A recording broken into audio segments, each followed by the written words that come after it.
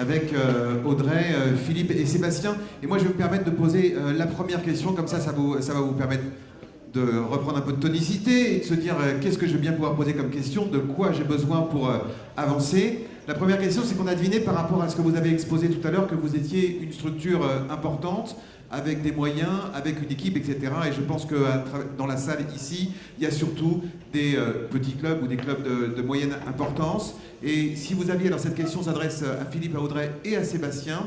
Pour Sébastien, les 3 premiers conseils d'un club classique qui voudrait évoluer vers une communication plus performante, vers une gestion plus performante, vers enfin, développer son chiffre d'affaires tout simplement. Et du côté de Audrey et Philippe, parmi toutes les actions que vous avez menées au cours de ces dernières années, quelles sont les 3 plus faciles à mettre en place et qui donnent le plus de résultats, avec, en vous rappelant que c'est des petites structures, des coûts minimes qui demandent donc de l'énergie par rapport à l'équipe du club ou les dirigeants de club. Ok, Audrey. Je pense qu'il n'y a pas de recette comme ça. Non, il faut 3 exemples. On est là pour avoir des exemples. Donc tu choisis, tu dis non, tu dis oui, je vais vous donner 3 exemples.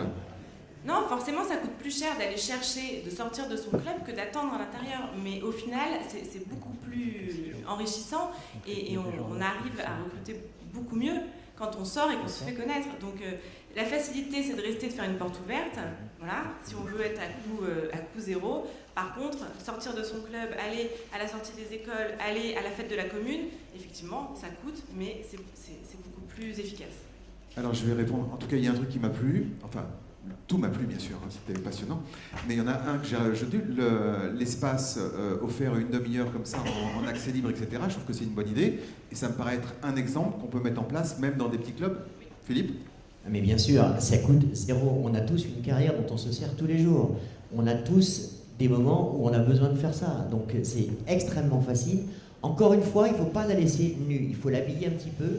C'est comme tout le reste. La carrière, il faut la valoriser. Une carrière nue qui fait 60 par 20, 40 par 20, si elle n'est pas un peu mise en valeur, c'est d'une tristesse à mourir. Et encore une fois, n'oubliez pas, les gens s'ennuient. Il faut l'animer, il faut mettre un peu de musique. C'est des détails tout bêtes, c'est tout facile, ça ne coûte rien et ça peut rapporter très gros. Le principe, c'est qu'il faut créer du flux. Donc toutes les bonnes idées qui permettent d'amener du monde, ou qui permettent d'aller chercher du monde en sortant à l'extérieur, c'est forcément des bonnes idées.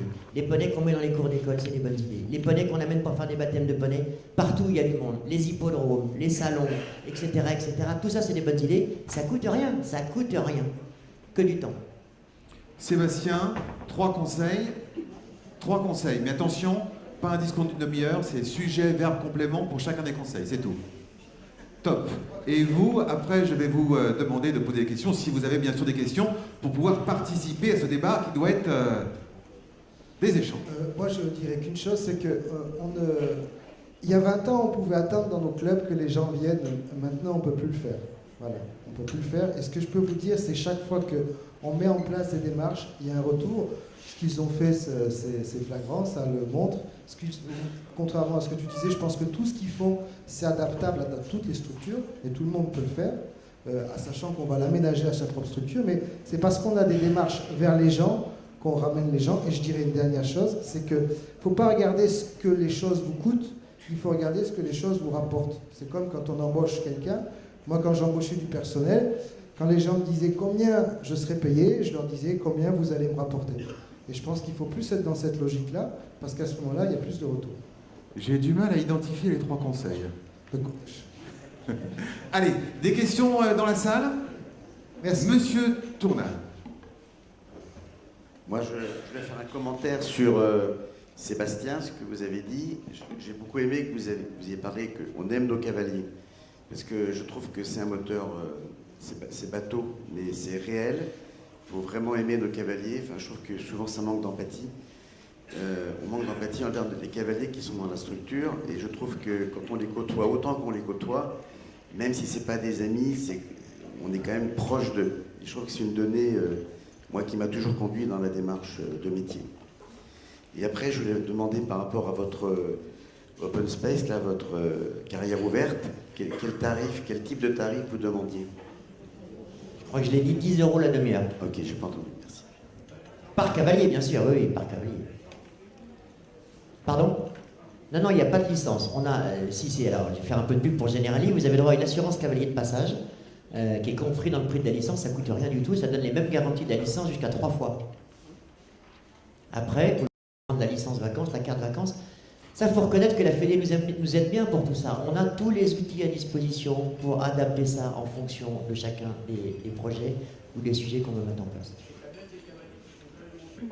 Bien sûr, on a des cavaliers qui ne sont jamais montés. C'est là où l'enseignant, on a tous des poneys de différentes qualités, entre guillemets, on a tous des poneys d'initiation dans nos clubs. C'est cela qu'on met à disposition. Donc le principe, si tu as un cavalier qui n'a jamais monté, c'est qui commence à faire l'initiation? C'est son copain? Ah, c'est son copain, c'est le principe. C'est le principe. Le moniteur, il est garde-fou sécurité, il ne sert qu'à ça. Il aide à la préparation du poney qui est fait en amont de la demi-heure. Ouais. Il est fait en amont de la demi-heure et ensuite il est garant de la sécurité. Point. Il n'y a pas d'excès? Et non, le moniteur, il est là pour ça.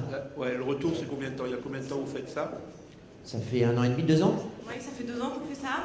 Uniquement sur Shetland ou sur double Non. poney chevaux? Double poney, chevaux. Ça permet, on vient monter en famille, on fait monter sa maman qui n'a jamais monté sur un poney, on fait monter sa cousine, on vient avec sa copine qui est là juste pour les vacances. Et non, on n'a pas d'excès. Pour l'instant, en tout cas, on n'a pas de... Mais la présence du moniteur est indispensable. Bien sûr. Ouais. Et il intervient, alors dans le fonctionnement, je suis très intrigué, je trouve ça super. Dans le principe, il intervient souvent ou la réalité c'est qu'il est plutôt en retrait, ça se passe bien? Votre tour? Il intervient relativement souvent, pas forcément uniquement pour recadrer et être dans la sécurité, mais pour accompagner. Il est quand même là aussi, évidemment, on ne peut pas mettre un enseignant dans la carrière, et naturellement, il va quand même donner quelques conseils, aiguiller. Quand les enfants commencent à tourner en rond, il va dire change de dispositif, tu peux faire comme ça, etc. Et on a même testé de mettre des dispositifs d'Equiphone avec à l'entrée du dispositif le descriptif. Donc les enfants viennent, ils lisent le trèfle, ah bah ça se prend comme ça, on va faire comme ça, on essaye, etc. Hop, on passe au suivant. Et le moniteur reste toujours là, bien évidemment, pour réexpliquer si la consigne n'est pas comprise, pour accompagner et puis pour dire attention, voilà, ça fait 40 minutes, il faut y aller. C'est vrai que ça me paraît être une chouette expérience et vous pourrez en parler. Pascal, je te présenterai Audrey et Philippe juste après si tu veux continuer à échanger. Merci Axel. Est-ce qu'il y a d'autres questions, s'il vous plaît? Non? Il faut absolument participer parce que on est ensemble peu de temps. Très bien. Madame, s'il vous plaît? Non. Ah non, ici. Non, mais si c'est toujours les... Enfin bon. Monsieur le Président, allez-y. Mais court, hein? Non, mais ça va être très court. Le club éphémère, c'est une excellente idée. J'imagine qu'il a été implanté dans la périphérie de votre club permanent. Alors ma question, c'est de savoir quelles sont les retombées que vous avez obtenues en termes d'adhésion dans votre club permanent. Alors, on n'a pas mesuré les retombées directes. On a eu beaucoup d'enfants qui sont revenus avec leurs parents pour leur faire découvrir les poneys qu'ils ont montés pendant l'été et pour venir voir comment c'était sur le lieu de vie habituel des poneys.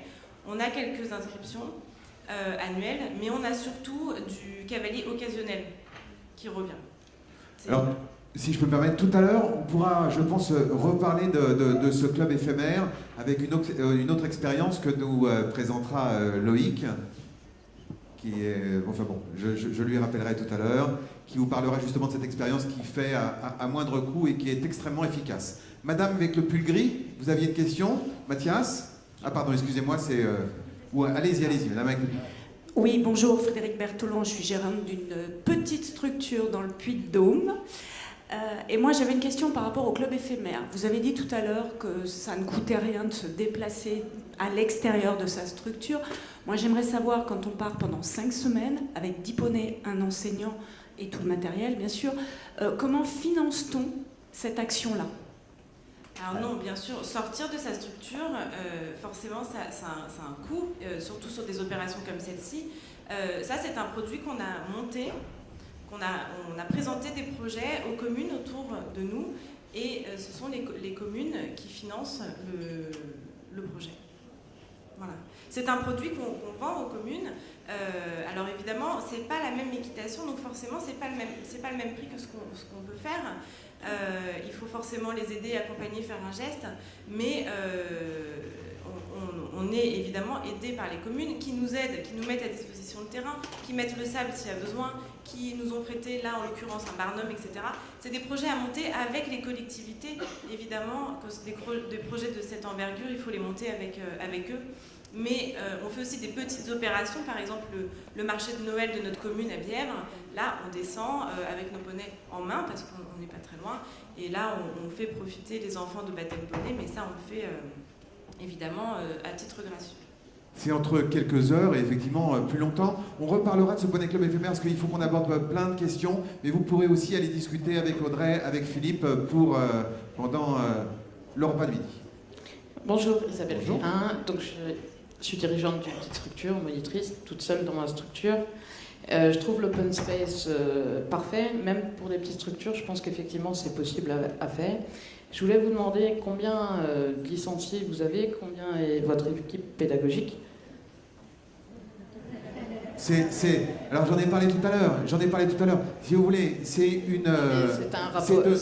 de nombreuses expériences et de nombreuses choses qu'ils ont réalisées. Oui, c'est une grosse structure, mais toutes ces petites choses peuvent être aussi transposées sur un petit club. Effectivement, un petit club d'une personne, je pense pas. Effectivement, vous ne pouvez pas faire toutes ces choses en même temps. Je veux dire, la remise des diplômes, ne me dites pas que vous ne pouvez pas le faire, vous pouvez le faire. Ça, j'entends. Et à la limite, toutes ces idées, vous pouvez aussi les adapter à votre sauce, pour votre petit club et à votre niveau. Je pense que ça pose pas de problème. Ça, j'entends. Je suis complètement d'accord avec la personne. Enfin, vraiment, l'open space, je pense que c'est parti pour tout le monde. Par contre, j'avais une toute petite réflexion.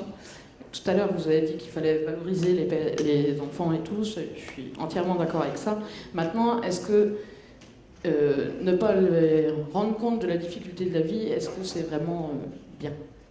De temps en temps quand même, dans le sens où il y a des difficultés de temps en temps, peut-être ils tombent effectivement, mais ils se relèvent et puis ils fonctionnent avec ça. Oui, mais ça n'a rien à voir. C'est-à-dire que c'est pas notre rôle de dire que l'équitation c'est compliqué et difficile. Notre rôle, c'est de faire... On a une obligation de moyens pour nous. C'est-à-dire que notre rôle, c'est de mettre le bon poney avec le bon enseignant, le bon cavalier au bon endroit, au bon moment, etc., etc. Il faut qu'on tende vers 100% plaisir. On parlait de bonheur tout à l'heure, c'est ça. Nous, on est là pour vendre du bonheur. Ça ne veut pas dire que ce soit simple. Personne n'a dit que c'était facile. Personne n'a dit qu'on allait galoper au bout de 10 minutes. Personne n'a dit que l'équitation, on n'avait rien à apprendre au bout d'une demi-heure. Si on ne monte pas un projet pédagogique, faire passer, très franchement, quand on voit de temps en temps sur les terrains de concours, des cavaliers jeunes qui ont des galops 5, 6, 7, ils ont 8 ans, 9 ans, ils ont des galops 7. Je ne vois pas comment c'est possible. Ah ben ça, je suis entièrement d'accord avec vous. Alors là, je suis d'accord. Mais nous, c'est pas ce qu'on fait, c'est pas ce qu'on prône, c'est pas ce qu'on cherche. Ce qu'on cherche, c'est rendre accessible. Ce que je veux dire, c'est que mettre systématiquement l'enfant tout le temps, parce que ça, je l'ai entendu de vous trois, tout le temps dans la facilité et tout, est-ce que c'est vraiment la bonne chose tout le temps? Je pense que la vie, elle n'est pas facile maintenant. Moi, j'ai envie de vous dire oui, là où ils sont, que plus c'est facile, mieux c'est. Si on arrive à leur rendre la tâche facile, c'est mieux que si c'est compliqué. Alors là, c'est un débat philosophique, mais plutôt ce soir vers 22h. Je crois que c'est surtout une question de curseur, en fait. On met la difficulté où on veut. Ce qu'il y a, c'est que s'il y a trop de difficultés, ils n'aiment pas et vous les perdez. Et puis, s'il n'y en a pas, ils s'ennuient et vous les perdez aussi. Donc je pense qu'il faut savoir jongler, il faut savoir mettre un petit peu de difficulté. Mais votre métier, c'est de vendre du bonheur. Votre métier, c'est pas d'être éducateur. Ah. Non, enfin, voilà, vous y participez. Bon. Non, Sébastien, retire. Pardon, je retire, j'ai rien dit. Je retire. Non, il a retiré dans le J'ai retiré. Est-ce que quelqu'un a une corde pour Sébastien? Non. Non, on ne peut pas dire ça. On ne peut pas te laisser dire ça. On est éducateur du bonheur, il a rectifié. Ok, Voilà. on a déjà perdu. Question suivante, s'il vous plaît. Merci Sébastien. Bonjour, je m'appelle Charlotte, j'ai une structure sur Angers. J'ai beaucoup aimé l'idée de créer une journée d'association dans la structure, dans le Poney Club. On a organisé chez nous des Olympiades avec l'association des parents d'élèves de l'école, une toute petite commune, et ça a permis à toutes les familles qui d'habitude se rejoignent dans la cour de l'école. Et petite structure. Voilà. Et en fait, on a fait des Olympiades. Donc évidemment, il y avait 2 ateliers poney, mais il y avait aussi des lancers de basket, il y avait des courses à pied, des défis dans le sable, il y a énormément de choses. Mais l'idée, c'était d'offrir notre lieu, parce qu'il est grand, il est dans la nature, et à tous ces enfants et toutes ces familles. et ouvrir la barrière Mais de Poney Club. ça, Charlotte, c'est majeur aussi de redire ça, de rebondir là-dessus, parce que c'est nos concurrents, nos premiers concurrents, c'est pas le Poney Club ou Centre Équestre d'à côté.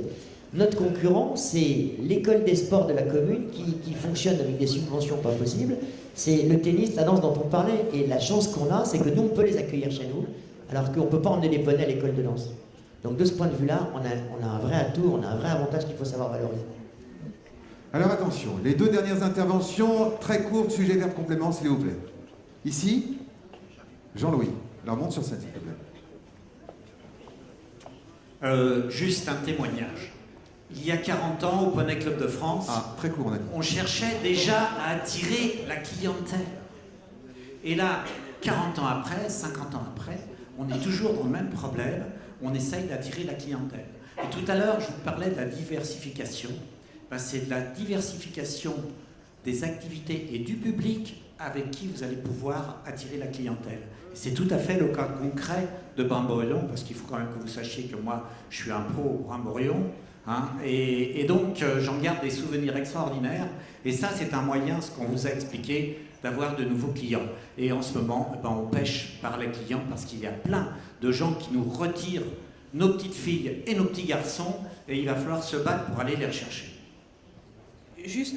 Mais merci Jean-Louis pour cette page de publicité. Alors pour information, Jean-Louis était directeur de Brimborion quand Audrey n'était pas née. Voilà. Ensuite, dernière question.